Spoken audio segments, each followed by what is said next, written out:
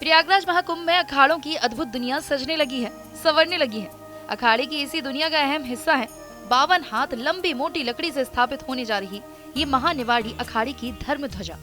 जैसे मंदिर की कल्पना उसके शिखर के बिना नहीं की जा सकती, वैसे महाकुंभ में अखाड़े की कल्पना उसकी धर्म ध्वजा के बिना नहीं की जा सकती। तो कुंभ की जो परंपरा है वो वैदिक काल से चली आ रही है। नागा सन्यासियों ने समय समय पर विधर्मियों के द्वारा कुंभ को डिस्टर्ब करने की कोशिश की, तो धर्म ध्वजा के रूप में अपनी शक्ति का प्रदर्शन करके स्थापना से एक प्रारंभ हुआ।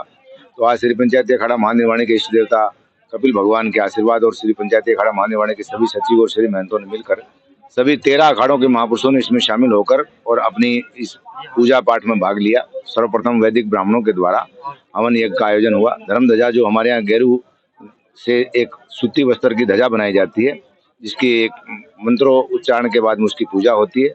उसके बाद में ब्रह्म गांठ के द्वारा जो 52 हमारे यहाँ मड़ियां हैं, उसके हिसाब से सारा एक प्रोसेस है।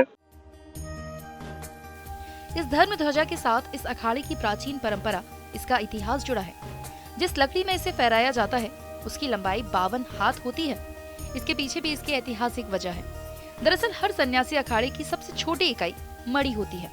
ये अखाड़ा 52 मड़ियों से मिलकर बना है, इसलिए इसके धर्म ध्वजा के दंड की लंबाई 52 हाथ होती है। पंचायती अखाड़ा महानिर्वाणी का धर्म ध्वजारोहण पर्व है और आज हमारे यहाँ धर्म ध्वजा फहराई गई है। धर्म ध्वजा आध्यात्मिक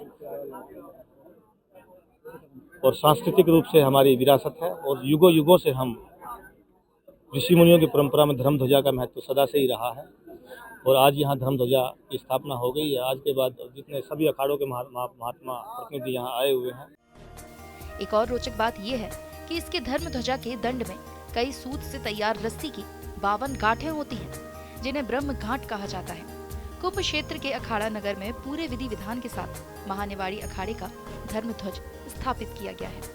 धर्म ध्वजा अखाड़े की धार्मिक और आध्यात्मिक क्रियाओं की शुरुआत की पूर्व शर्त है, जिसका पूरे विधि विधान के साथ पालन करते हुए 52 हाथ लंबे ध्वज दंड में धर्म ध्वजा फहरा दी गई है। धर्म ध्वजा के दंड का वजन 200 क्विंटल था, जिसे स्थापित करने के लिए 2 हाइड्रा मशीन मंगानी पड़ी। ध्वजा स्थापना के पहले अखाड़े में सबसे पहले अखाड़े के इष्ट श्री कपिल मुनि का विधि विधान से पूजन किया गया।